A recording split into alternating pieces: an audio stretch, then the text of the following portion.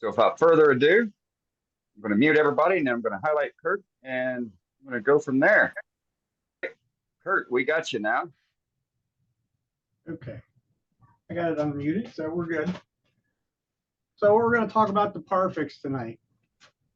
So this is the four things I'm going to use: the 3408, 3460, the activator, and Vonax. And we'll explain them as we go. I just figured I'd show you the four things. Start. We're going to start off simple. Rid of the towel. We'll start out with the 3408.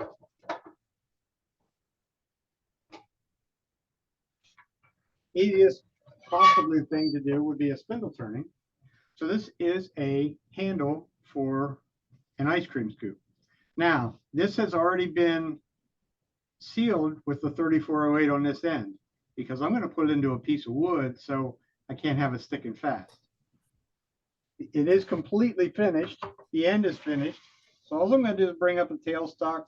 This is a little piece of wood that goes over the live center with a little piece of leather on the end of it, just to give it just a little bit of support. That's all I want. I don't necessarily need to spin it, but I can. As you can see, it's not going to spin very true, but that's okay. We don't need it to spin very true.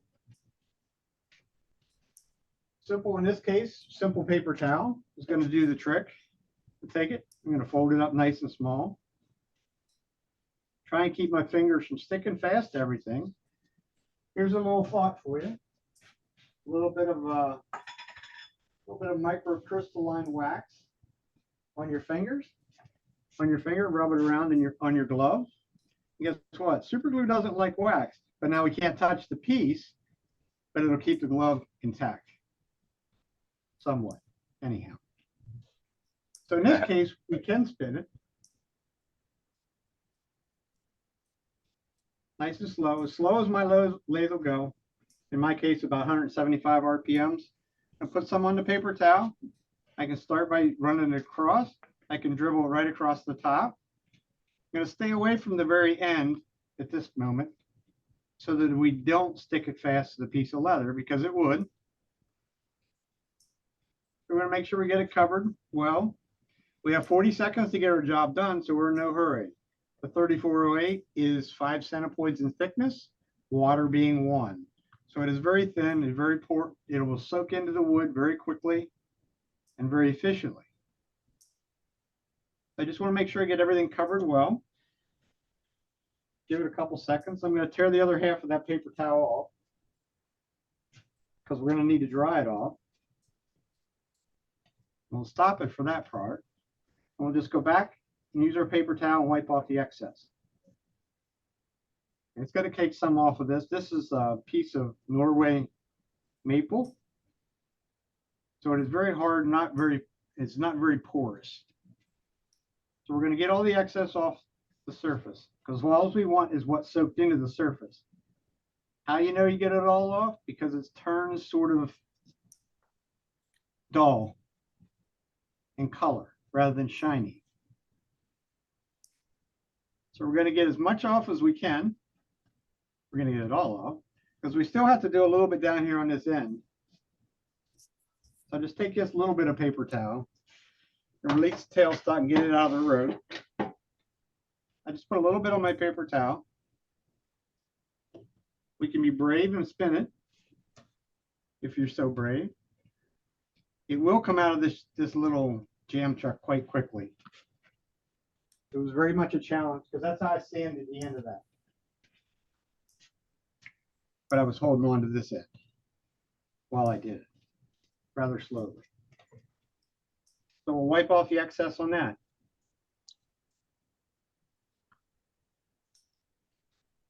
That is probably one of the biggest keys to using it, is make sure you get the excess off. And don't try and put a second coat of 3408 over top of itself. It will not work. It will sit on top on the surface and beat up like a nice well-waxed car. I'm going to put the lid back on my glue. This next thing, I'm going to spray a little activator on it, and we'll spin it around. I'm going to shake the activator well as it falls out. Told you it didn't hold it very well. It will hold it when you push it in harder. Give it a spray out in no man's land and make sure all the propellant's away. One shot across it. That's all we need. Especially in my environment, I have humidity. If you live in Arizona with Dane, you might want 2 shots. I'm gonna sit that off to the side.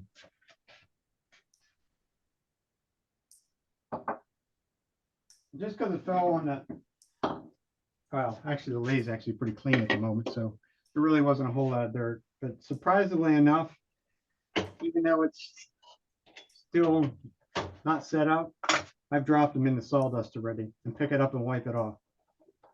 And it doesn't really, it doesn't adhere as quick as what you would think it would.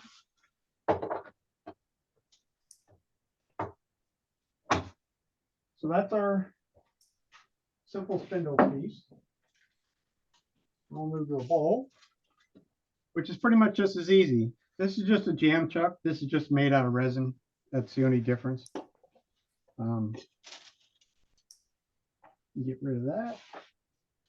I'm going to put a piece of wax paper in behind it, in the bowl, and put it up against my jam chuck. Is that overkill? No, not really. I forgot I got to take the point out of there. I don't have a point in the center of that.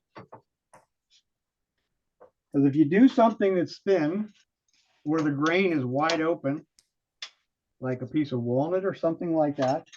Walnut is the one that I did it to. And it was up against that blue. I had nothing in behind it. And I did it. I went to pull it off, and I had some of this blue stuck down in the grain. And by the time you figured it out, it was already set up. So needless to say, it caused me a whole lot of aggravation. So a simple piece of wax paper. What is that? Is that blue just closed cell foam? Yes. Of some sort. Yeah, so CA will just bead on wax paper. It will not dry on wax paper, and it's an awesome bonding shield to prevent CA from there's quite a few things that CA doesn't like. Wax is one of them. Yep. Shellac, if you need to fill in a crack or something like that, and especially if you're not going to finish it with CA, if you need to fill in a crack, like some sort of a crack that you want to fill with CA and something else, put a light coat of shellac all around it, and then put your CA on, because the CA will literally run straight off the shellac. It will not stick to it. It'll make it gummy if you let it on long enough, but it will not stick to it. So we're going to do our bowl. I'm going to make a little pad. It's just a little piece of polyester felt. I'm going to take it and I'm going to wrap it up in my paper towel. See if I can do this on a curved surface. And that just gave me a nice little pad right there that's going to hold a whole bunch of CA for me. Because this we're going to put on my hand. I'm not going to spin it. I try and stay away from spinning pretty much everything, especially if I'm going to do it with somebody watching, because then they're going to turn their lathe on, and their lathe might be set at 600 or 800 RPMs or something silly like that. And all of a sudden they got CA flying everywhere, and it wouldn't be good for your eyes, mouth, anything along those lines. So we have our little pad. We're going to get it plenty wet. I'm going to start on the end grain because it's going to soak up the most. Put plenty of it on. Get a little bit more. Go to the other side, other end grain.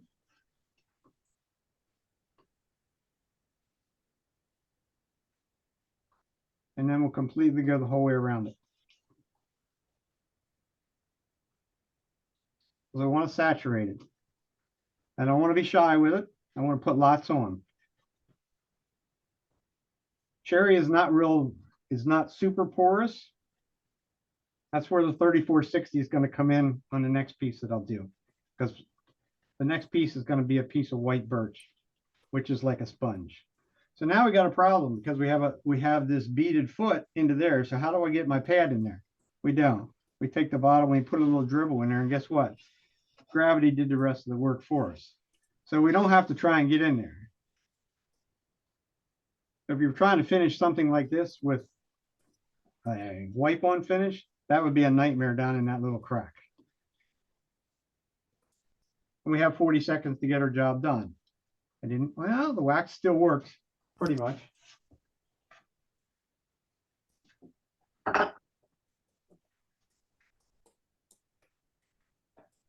Once again, we're going to go back and we're going to wipe the excess off. As we're wiping the excess off, we're rubbing anything around, looking for any dry spots. At this point, if you had a dry spot, get back after it right away. Don't let it set up and then go back.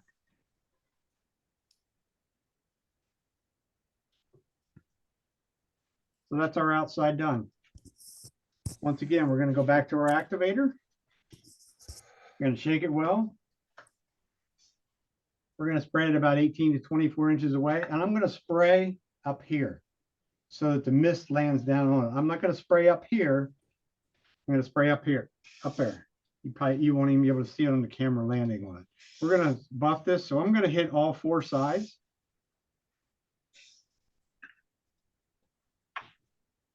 The only downfall of using an activator on something like this is now I sprayed the active, and without it being spinning, I shouldn't have got any on the inside because we still have to do the inside. So we'll take our chuck off. No, I don't need chuck off. I need that off. And this is actually not really sized for this jaws. I should switch jaws, but all I'm going to do, finger tight, very small finger tight. And then we can do the inside. And we can see the inside would be better. So let me switch to there. Now we can see the inside. And we'll do the same thing on the inside as we just did on the outside. I already have a couple pads made up, so we don't have to play around making up pads.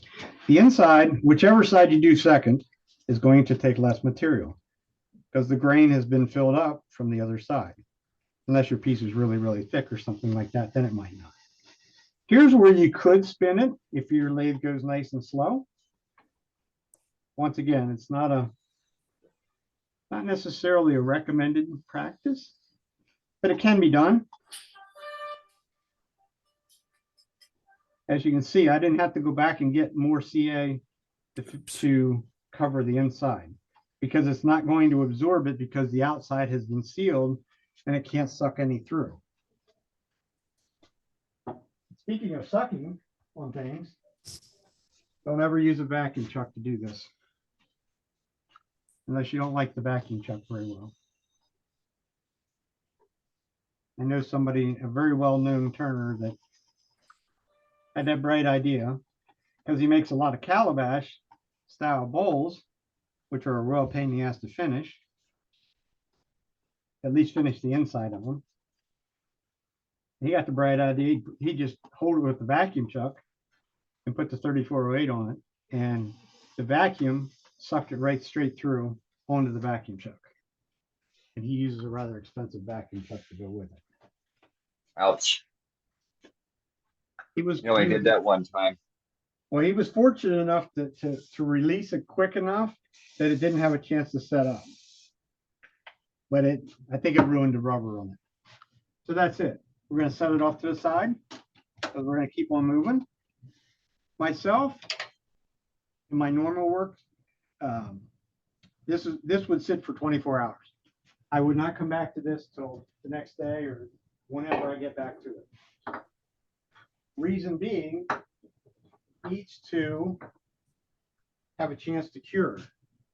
Is it has a 24-hour cure time. And I should look at that. That might be too big. No, it'll work. So if you're patient enough to wait for it for the next day, for the 24 hours, and then come back and buff it, you'll make out much better with it. Because I'm sure I'll be able to show you what happens, because it's going to, there'll be places when I go to buff it that the heat is going to draw it back up out of the grain of the wood. So if you're patient enough to wait for the day, it is a much better way of doing it. This one is completely finished inside and out, the tenon or the foot as well. So I will be able to grab a hold of it as long as I don't squeeze it. So now we're going to switch to the 3460. You say, why 3460? Like I said, this is white birch. If I put the 3408 on white birch, it will, I've discovered that some of these really soft woods and Spectraply, you cannot put enough of it on to fill the grain up. It just keeps soaking it in. It just literally disappears. And then you don't get the shine. The 3460, we went from 5 centipoids to 45 centipoids in thickness. By no means is it you're getting close to a medium or anything like that. It's still very thin, very water-like. It's just going to clog up the pores of something soft much quicker.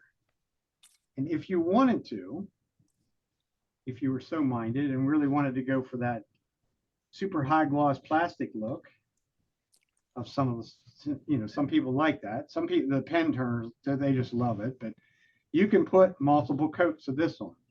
This and will cooperate with itself, and you can put on as many coats as what you want and get that plastic, super high gloss plastic look. I don't think I do have, I've done a couple pieces that way.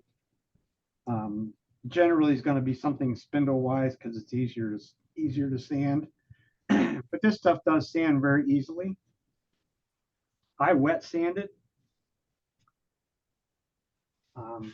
Because to me, wet sanding on something like that on a plastic is easier than dry sanding.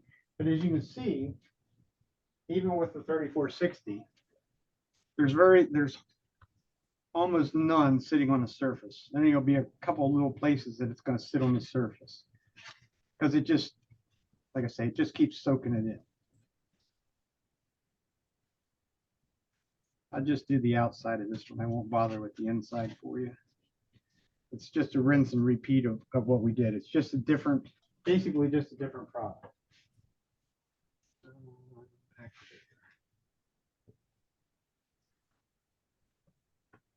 I will give it some activator.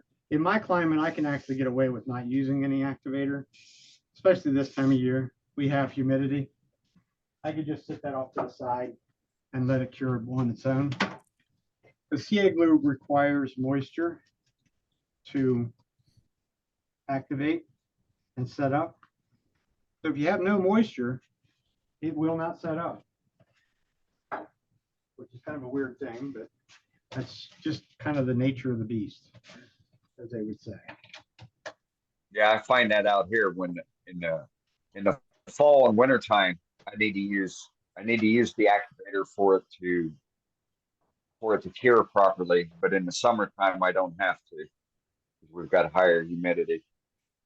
Right. I had a gentleman that got some from me, and he lives in Arizona. I don't remember where in Arizona he lived, but that's what he got it, and he sent me a message. He said, "Hey, this stuff it's been 2 days and it's not dry."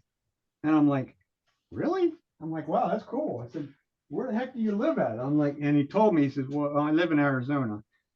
So once again, wax. Put a little wax on my finger. The end of this is already finished, but that doesn't mean I might not dribble some down over it. This is a handle for a bottle opener. It's also Spectraply. Spectraply is not the most friendly. I guess we can leave that alone. Leave it two-way.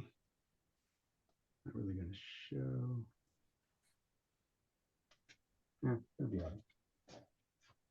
So here we have a choice whether we use a pad or not. I'm going to go ahead and use a pad. This and I will spin nice and slow. Like I say, as slow as my lathe will go. If your lathe doesn't go below 200 RPMs, do it by hand. Don't risk this stuff flying in your face. Because the first thing it's going to do is go in your eyes. And when it gets in your eyes, there's moisture. it would instantly cure. This, like I say, this is Spectre Ply. This stuff is very hard to get filled up with super glue in one coat. This would be one of the places that you could possibly do the second coat if you wanted to. And I have done some of them that way, but I'm kind of lazy when it comes to that. I don't necessarily want to go to that much trouble to make it super high gloss shine. It'll be shining enough anyhow, as far as I'm concerned. And it's more than durable enough. Once again, this one has, the 3460 also has 50 seconds of time delay. So it's thicker and it'll give you more time to do what you want to do with it. The only thing is, if it's something that has dye on it, it will reactivate it. You can use this stuff over a dyed piece. You just want to make sure your dyed piece is dry and not 5 minutes late. You know, especially if you're using an alcohol-based dye, which is what I use. Don't think you wiped it on and you're going to come back 10 minutes later and put super glue over top of it. It does not work very well. Because I'm sure, I mean, I'm not the chemist that makes the denatured alcohol, but any of the alcohols are all distilled with water.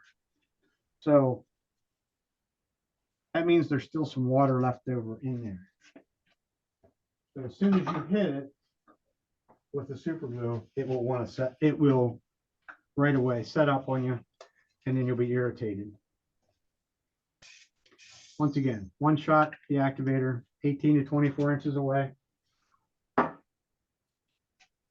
And that's it. Even this stuff, you even have to almost be careful on touching it, because even though I've activated it, there's still enough on there. In fact, I don't need to take that. No, I don't need to take that off of there. I'll just knock it out. See if I can knock it on the floor.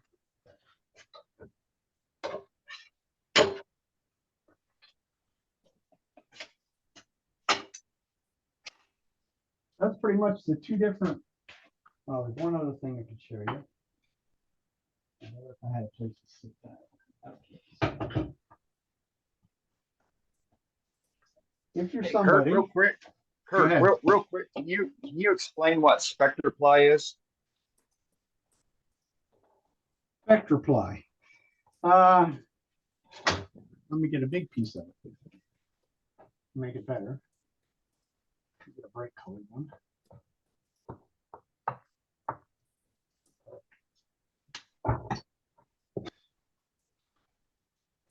Spectre Ply. Okay. Let me switch back to overhead so I got a bigger view. Spectre Ply is just what it sounds like, except everybody hears the ply part. It is not plywood. The grain is all running in one direction. It is basically, if you were to put this on a lathe, this is basically a spindle. The grain is all running in one direction. It's just colored. Actually, most of it, I think, from what the lady told me, there's a local company, local, it's about an hour away. That's where I had gotten it from. They make gun stocks out of this. And we used to be able to go up and get scraps from them, you know, leftover pieces from the gun stock making. And at that point, she was selling it to us for like $1 a pound. This stuff has become very expensive from what I understand. I really haven't purchased any of it in quite some time. But it's nothing more than, some of it is thicker than others. As far as the plies go, it's not very thick. It's less than 1/8 of an inch. I think they're more like about a 1/16 of an inch thick. So what they would do is dye this stuff. And of course, the white would be the natural birch. So this one's red, white, and blue. And then this stuff is glued together with, I don't know, it's really a nasty looking glue, because I would get some pieces that I don't have any of them, because that's the first thing I would do it's the industrial type glue that they would use to glue that stuff together. It is kind of, I would say, probably the least favorite of things to work with. It is very dusty to work with. It is very, very abrasive on the tools. Because of the glue. It's, you know, the whole thing is really one big massive hunk of glue when it comes right down to it. So it's, like I say, it is very abrasive on tools. It used to be very popular. I mean, I'm sure if you were down there at SWAT, I know last year I saw some, or not last year, a couple years ago when I was down at SWAT in different places, I've seen some people still have it. It comes in,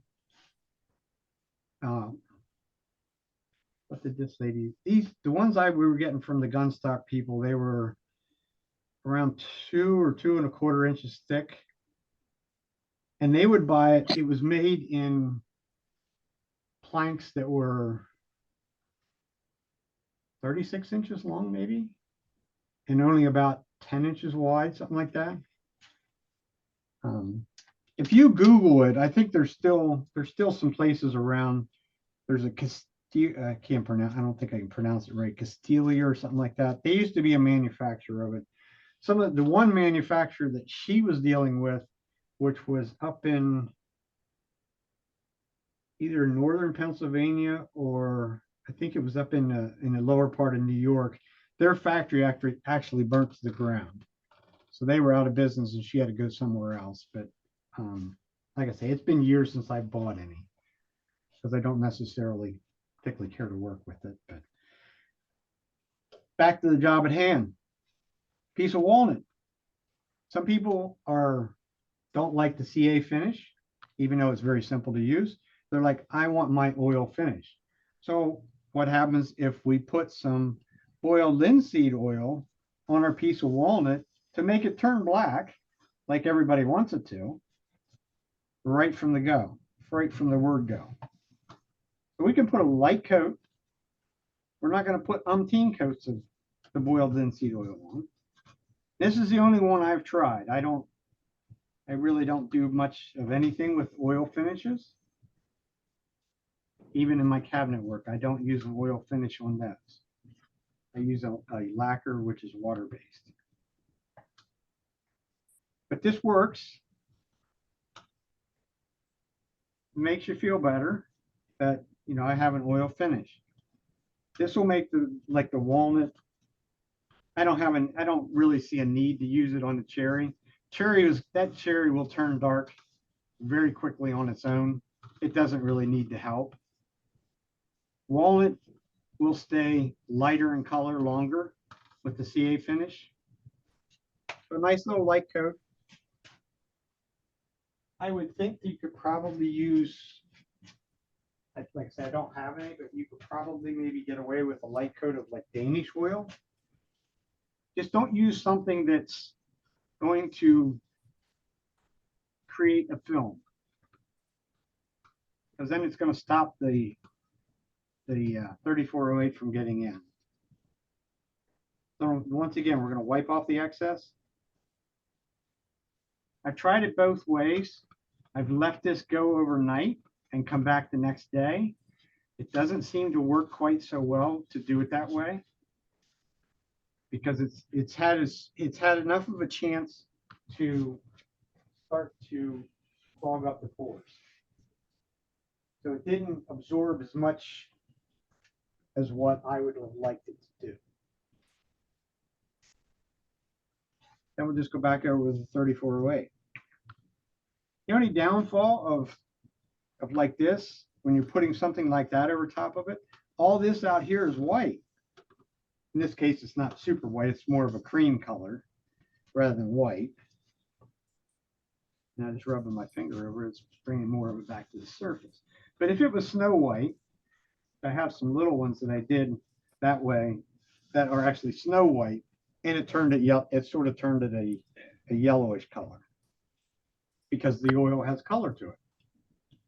That's the part that You know, most people don't understand because oh, I want the oil finish because I want the look. Well, all you're doing is you added color to it. Because I have yet to see any oil finish out there that doesn't have color. There's none of it that's clear. Perfectly clear. Put it that way. So see, it still absorbs it in quite easily, quite well. End grain is going to soak a lot in, just like everything else. The more porous the wood, the more it's going to soak in. You just keep going over it. As long as this maintains a good wetness to it, it stays active for quite some time. It goes well beyond their 40 seconds in their idea of a time delay. There again, humidity would play a factor in it. If we were in the swamps of Florida or something like that, then you might not have quite as much time to mess with it.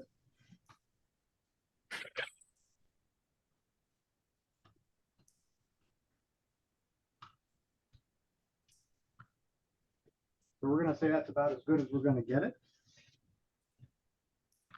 The oil does make it sit more on the surface than soaking in. That I will tell you. It does have a tendency to allow it to, right there, it's sitting on the surface more so than it's soaked in. And it should have soaked it the whole way in on the end grain. So the oil, that little bit of oil maybe would have saved you a little bit of, you know, material as far as the super glue goes. But it definitely gives the walnut, like I say, I don't do a whole lot with walnut to start with, but it does give it the darker look quicker rather than waiting for it to do it naturally. Because all woods turn dark eventually. Some quicker than others. So once again, we'll activate it. I'm going to clean the nozzle. I'm going to hit it. End grain is going to soak up the most. So that's where I'm going to hit it first. We'll come down that side. Whoop, down that side. That's all it needs. That one lonely little can of activator probably lasts me 6 months. And I finish everything I do with the CA. Almost everything. Probably 95%. Because I don't do a whole lot of other stuff other than that. But that's our pieces done. As far as the super glue goes. So we'll move right into buffing. I'm gonna start buffing on something that I already had set up from a couple days ago, actually. But it's going to be a piece of spectra ply.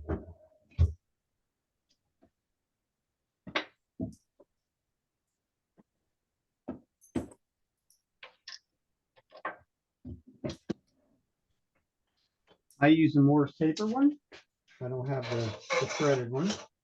So it gets a drawbar on it. Absolute necessity, because it will come off otherwise. Don't ask me how I know that. You could actually bring the live center up against the end of the bolt. It would help you too.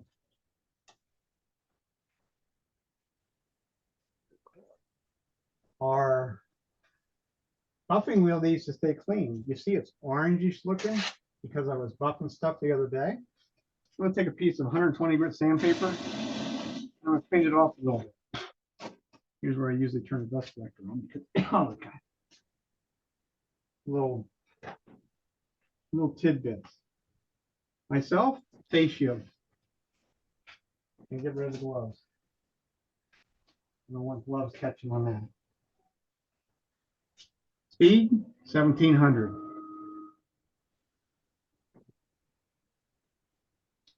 This is Vonax. This is what's left out of a half a bar for me. And there again, it's probably 3 or 3.5 years old, something like that. A little bit on there. It turned it orange. That's all we needed to do. This is another piece of spectra ply. This is actually a bottle stopper top. It's like a little hat. So we're going to give it a buff. For something like this, the hardest part's going to be the little knob on the top. And getting up underneath that little rim.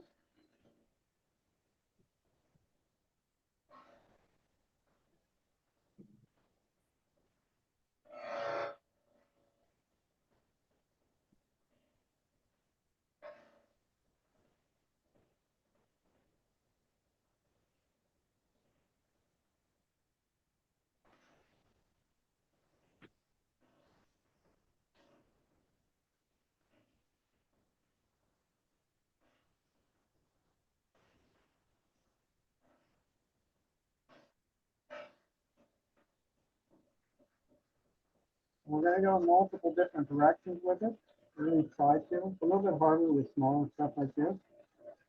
But I'm going to go in more than one direction. And you can see the wheels getting wider and wider.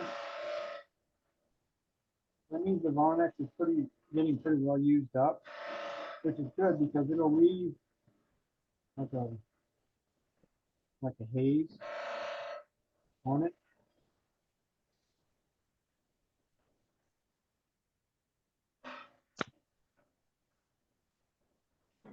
The harder the wood, the shinier it will become. That's the Vonax part. Let me switch back and forth just as easy. And then we can put a coat of carnauba wax on. We're going to drop back to about 900 RPM to do the carnauba wax. Carnauba wax, I swear, I had a block that was that long. As you can see, I'm down to a little itty bitty piece because you drop it on the floor. And I had about a half bar, but it was in with this stuff here, and I threw that piece in on top of it and broke that in 3 pieces. Bomber. So we'll just give it a buff. Once again, you can buff this till the cows come home. You just keep putting carnauba on there and keep going. The shinier you want it, the shinier it will become. The carnauba wax is very hard and very durable, so it's going to last. Shine's going to last for a long time, unless it's something that somebody handles every day. And Kurt, do you find buffing at 900 to 1200 is the ideal speeds? Yes, if you go too fast with the, It'll burn it. well, the Vonax won't necessarily. I've never had it burn a piece, not a piece that's been done with super glue. I will tell you this much: it will burn a hole if you. And I'll explain it more with this piece here. But when I go to buff the inside of this, I'm going to come up underneath it and I'm going to buff it, and all I'm going to do is spin like that. Well, that little maneuver will make a silver dollar size piece in the very bottom of a bowl. And how do I know that? Because I had one that was done with lacquer, and I'm just going to go ahead and buff it just like I do all the rest of it.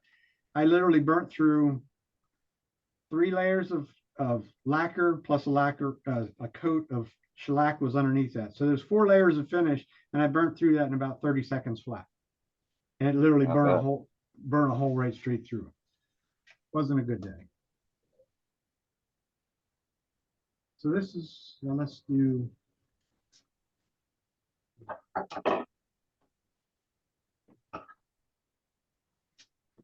So we're back to our handle, which is what we did first. A little bit more Vonax on there.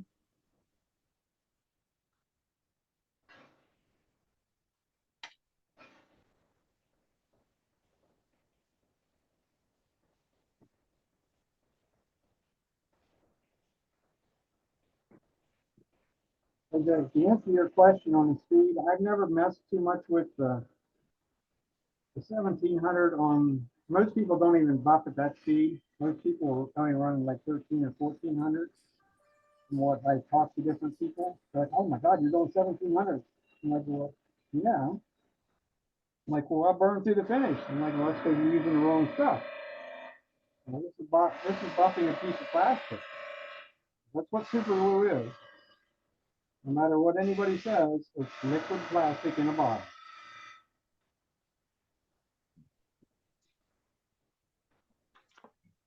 And there's more than enough people, more than enough places out there for people and things like that that talk about the different super glue.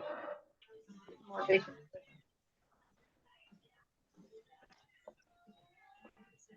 So the top.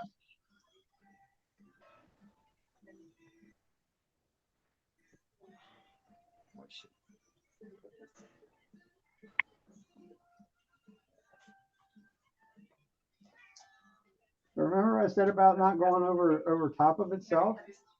Well, in a situation like this, I didn't have much choice because I needed to be able to finish this. And I got back up over where I had already done. Even though I didn't spray activator on that, it had already started to set up. So your fingers tell all. I rub my fingers over that. There's a couple little places that I can feel it. It's a little bump.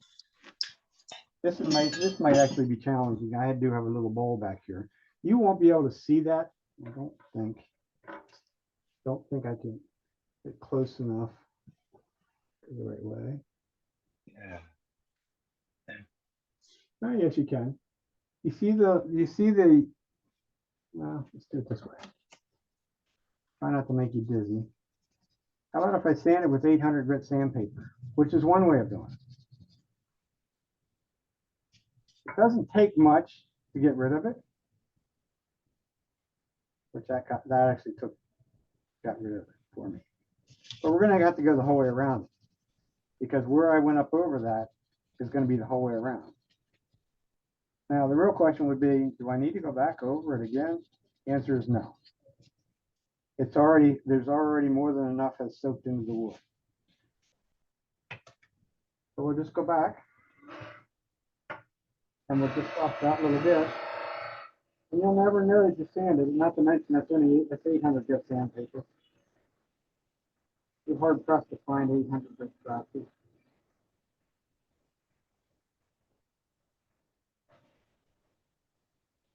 Like I say, this is Norway maple. Which if you didn't know the maple family, the Norway maple is the hardest of the maple. Everybody talks about hard maple. This is the hardest. Run your camera out. Thank you. I need you along on Saturday night when I don't forget to do shit like that, or Sunday night.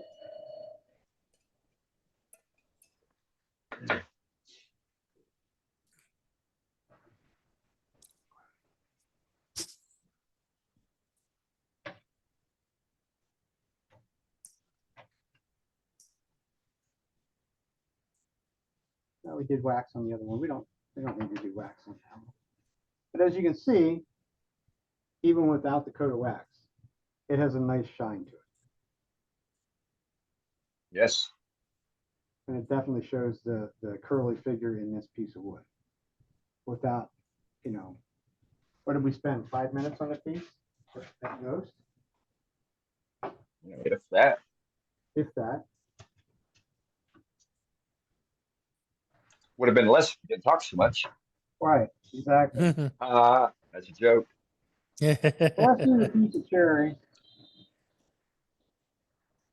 Probably not going to touch that piece of walnut because I know once you put that oil on, it seems like it makes it. I definitely haven't tried to buff one of them that quickly. The cherry buffs very nicely.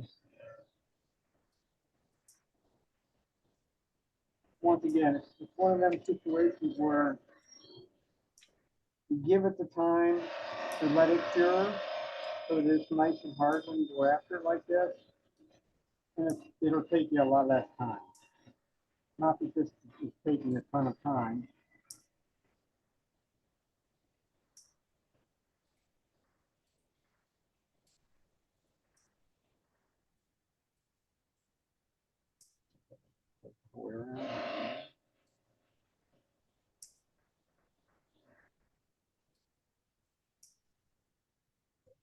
That's our cherry piece. And as you can see, there's still a tenon in the bottom of it. So I was supposed to grab it with that one rather than grabbing it out here. But if you like to watch any YouTube videos, Richard Raffin is a really big believer in the proper size tenon, and in this case, the proper size foot to match the jaws that he's using. And I'm like, yeah, wait a minute. Yeah, I've heard of that before, but I never really tried it. If this was to match the right size jaws that I have, you can grab a hold of it without it marking it. Correct. If it completes the circle. Right. You make it correctly with the correct dovetail that's required, or non-dovetail. Well, that's in not this required. case, it's not even a dovetail. I mean, it's round. It comes across perfectly round, doesn't leave any As indentation. long as it comes across there nice and round, and there again, I'm not going to squeeze hard on it. Oh, Yeah, we have a flyer on that. One of the primary articles on our webpage on how to make a proper tenon and mortise, exactly for what Kurt's explaining there.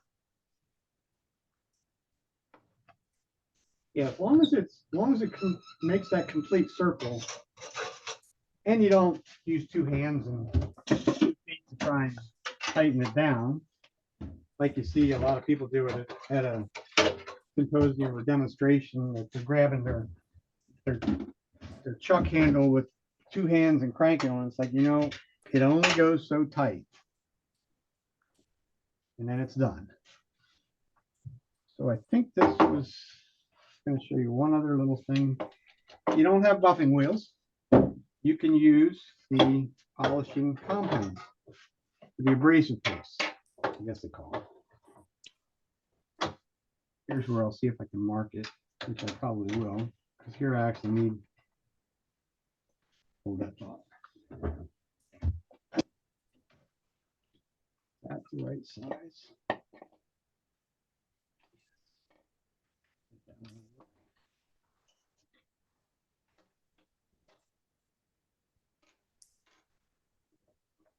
Because I want to get a good grip on it, because the abrasive paste, I'm sort of going to push a little bit harder on it. And I really don't want to crank down on it. I just went up one size in the jaws. And I think if I checked the other day, yeah, this one actually will go to where less than 1/8 of an inch in there. So that did complete the circle for me. The other thing you can use, if you get a place that would be like bumpy or something like that, I have a little piece that I did the other day that has some little bumpies on it right here. And why it has some little bumpies on it is because I actually filled that little crack with super glue.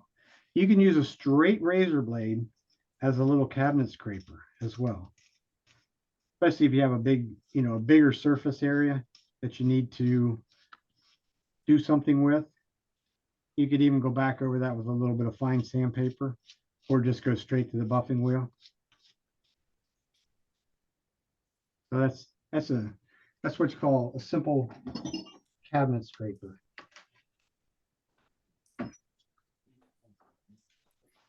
We need to come back in from the end.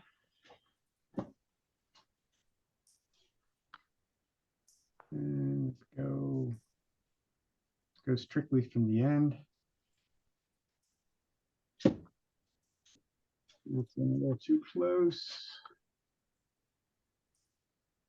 That one's not quite as easy to manipulate. The one overhead is a video camera. There we go.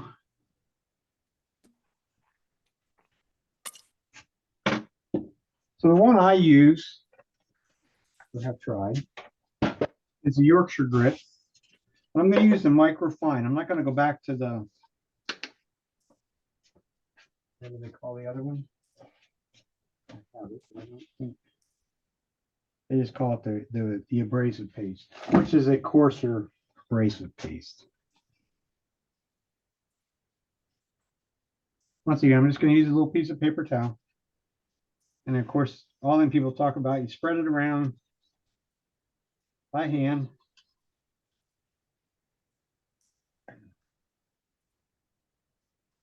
Once it's spread around by hand, I'm going to spin it. Nobody ever talks about how fast you should spin it. I'm usually That's about a little less than 600 RPM, something like that. Kind of interesting stuff to use in a way. You can literally hear, it sounds like it's scratching the shit out of something. To me, I always go till I can't hear it when stops that scratching its sound. Flip it over and get to a clean part of the paper towel. Get some more of it off because it is kind of messy in a way. Go back to a cleaner paper towel. Bring the speed up 1200 RPMs, and then we're going to polish it.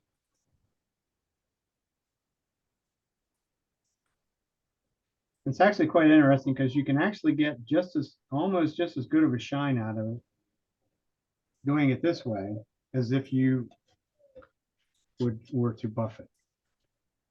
It's a little bit less of it's more of a satin type shine, I think, but there's nothing says that you can't go over that multiple times with the abrasive paste. And you could also, if you don't like to buff things, you could use the abrasive paste as well as you could put a wax over top of it, like one of the microcrystalline waxes or something like that. But it is very simple to use and very quick. In my world, that's the two pluses. I don't have time to be messing around putting 4 coats of everything that I would make. It's bad enough I have to do it in cabinet world. I think that's all I got. For you. I could. Great job, Kurt. Yeah, good demo. Wonderful demo. Folks, is there any questions? No, but question. that was a good demo, absolutely. It was an excellent demo. Thank you. Is that 3460 over the BLO or 3408? That was a 3408. Okay, over the BLO. Yes. Could I make a couple But of remarks? you could use either one. Okay, thank you. Could I make a couple remarks, please? Go right Yeah, ahead, Mark. Mark. Sure, Mark. Okay. Number one, Kirk, it was a very, very, very good demo. I want to make a couple remarks. Number one, all right, if you have a hollow form, right, I do not recommend putting any more than 1 coat of 3408 on. Reason being, right, any type of acrylic that you're putting on there, and this 3408 turns into acrylic plastic, is a crystalline product. When the humidity changes on a thin hollow form, it's going to have a tendency to expand and contract. If you put more than 1 coat on a hollow form, when it expands and contracts over the years, since it's a crystalline product, it could have a tendency to slightly check or crack. Once you put that 1 coat on and it infuses into the cells of the wood, right? It's the wood eggshell surface. It's all in the molecules of the wood. So I don't recommend, I've been using this stuff for 14 years. So I don't recommend any more than 1 coat on a large bowl or a thin hollow form. Now, when it comes to pens or like your little ice cream scoop handle or whatever, that you can probably put as many coats on as you want. But anyway, that's one point I want to make. The second point I want to make is a very, very good point that you brought out and emphasized that if you should have some little bubbles or little spots on the surface after you wipe it off, right? And you go to finish it, again, you can take that 800 sandpaper, since all the cells are totally saturated with the super glue, the 3408, then you can just lightly sand that off. And since all the cells are saturated, you don't need to spray it again or wipe on more glue. Just turn around and use the buffer. Another point I want to make, which you brought out, just put a little bit of that Vonax, on the wheel. If you put too much Vonax, or you're using white diamond on lighter woods, right? Don't put too much on there. And number two, right? Don't exceed 1700 RPM, because the carrier that holds the abrasive of the Vonax, it will have a tendency to melt a little bit, and it'll build up little ridges on the wood, which you would have to take and sand the wheel clean and then buff it again to pull those little strings of Vonax off. The same thing with the carnauba wax. If you run more than 900 to 1,000 RPMs and you put too much carnauba wax on there, it will make little strings, deposits on the surface. So you would again have to sand off that wheel and then buff it with a clean wheel and it'll pull those strings off. Again, you brought out a lot of very good points. And I'll just reiterate one thing, right? Number one, wipe it on generously. Number two, wipe it off completely. And the last thing that I do when I'm wiping the surface, right, is I stop the lathe and I make sure to take my paper towel and wipe in a random orbit manner, because it is important that you don't make concentric circles on the surface of any wood product. It will always show a streak of light, even if it's 10,000 grit.